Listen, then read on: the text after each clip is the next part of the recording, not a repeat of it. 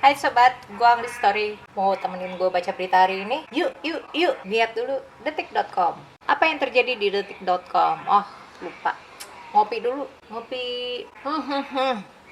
Lihat, buruh ancam mogok nasional di tengah pandemi dalam rangka apa? Kenapa nih? Lagi pada pusing dengan pandemi. Ini pada mogok. Ya, karena tuntutan penghapusan Omnibus Law tidak terpenuhi. Mereka menuntut agar undang-undang tersebut dihapus. Ya, gitulah. Bahkan tidak menutup kemungkinan ini bukan mengancam. Bila mana hakim konstitusi tidak berlaku adil dalam memutuskan perkara Omnibus Law, cipta kerja, baik uji formil maupun material, merugikan buruh. Mogok nasional kami persiapkan walaupun di tengah pandemi COVID. Padahal kasus COVID-19 kan udah nurun ya. Ini kayaknya pengen udah gue nggak mau bahas politik mumet, jadi kita close saja. Ini politik lagi. Lihat, ada berita 6 menit lalu, polisi temukan titik terang yang di Subang itu. Udah gimana nih jadinya ceritanya nih, masih belum terungkap. Sudah ada titik terang, tapi meski begitu, polisi mengaku masih melakukan analisa. Sebelumnya ada 17 saksi, kini bertambah 20 orang. Ya sebenarnya gue pengen agak-agak protes juga sih, karena pada saat di TKP itu kayak rame gitu, orang semua ada di situ, entah wartawan, entah penduduk, entah siapa, rame di situ. Jadi ya gitu deh. Lanjut di berita-berita yang lain. DKI klaim sudah zona hijau dan capai herd immunity. Beneran sudah aman ya, tetap aja lah pakai masker. Kemenkumham Jabar bantah Rian Jombang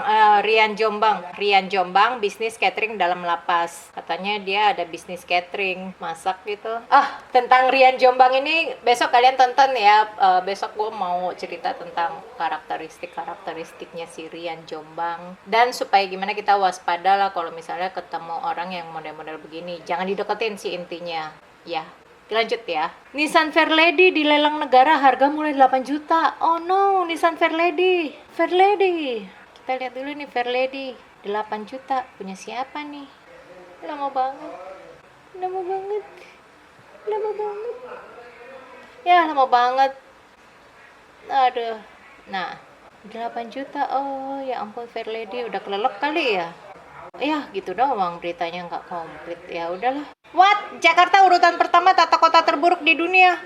Padahal banyak kota-kota lain loh yang terburuk, tapi kok Jakarta kayaknya sentimen nih yang buat gue pengen tahu nih siapa. Tukang cukur tajir melintir punya Rolls Royce, BMW dan Mercedes. Kayaknya pekerjaan dia bukan cuma tukang cukur ya. Nah nih dia, lihat dulu nih. Dari daftar 10 negara memiliki tata kota terburuk, DKI Jakarta menempati sisi pertama. Siapa nih? Platform arsitektur Rethinking the Future. Dubai. Dikarenakan berbagai fasilitas dibangun tanpa mempertimbangkan dimensi manusia. Oh, mungkin terlihat begitu besar dan luas kali ya. Terus Brazil, Atlanta, Georgia, Sao Paulo, Brazil. Ya begitulah. Ke berita yang lain aja deh. Oh tadi ya, ini belum ya. Ke Kemenkumham Jabar bantah Rian Jombang. Rian Jombang sekilas kalau dilihat dari wajahnya sih memang dia good looking ya. Pantesan ya banyak yang terpikat. Nah besok lah gue jelasin, gue ceritain deh. Oh jadi ibunya Kasiatun ini bilang anaknya bisnis catering. Tapi Kemenkumham membantah. Tidak ada aturan napi bisa berbisnis seperti itu. Bisnis di dalam bui tidak benar. Pihaknya juga sudah berkoordinasi ke Lapas Gunung Sindur. Barusan saya sudah tanya ke lapasnya, info nggak benar itu. Katanya gitu ya. Ya nggak tahu kalau MLM itu boleh nggak di dalam lapas. Nggak boleh juga harusnya ya. 4 kafe dan tempat karaoke di Jatinegara disegel aparat nekat buka saat PPKM. Hati-hati loh kayak di Singapura. Akibat satu orang saja akhirnya jadi mereka kelabakan. Ya gara-gara di tempat karaoke ilegal gitulah.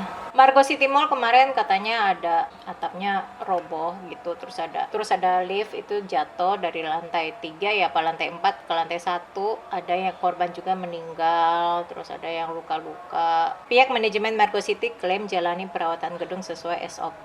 Ya memang sih sudah sesuai SOP, tapi yang namanya diaudit dilakuin juga apa enggak, karena terkadang juga ya ada juga sih yang beberapa melakukan hal-hal ini udah kok tapi nggak dilakuin. Tapi gue nggak menuduh ya, gue tidak menuduh, gue cuma cerita doang loh.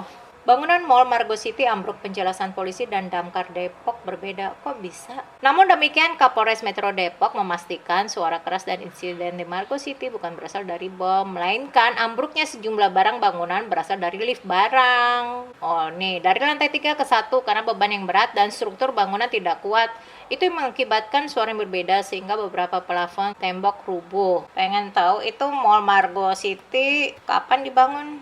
Maret 2006, hitungannya masih baru ya. Terus kenapa jatuh? Dibilangnya karena beban. Enggak kok, sebenarnya struktur lift itu kuat loh. Ada petugas damkar yang bilang kalau memang benar peristiwa itu disebabkan oleh lift jatuh, maka efeknya hanya memiliki radius yang rendah. Namun yang terjadi di lapangan banyak serpihan yang bertebaran. Hal itu dimungkinkan jika ada sebuah tekanan yang meluap. Logikanya, kesimpulan teman-teman, kalau memang karena konstruksi dan dentuman keras lift, efek radius pecahnya rendah, tembok retak dan serpihannya tidak jauh. Ya benar juga sih, tidak akan. Nah ini kita lihat dulu ya.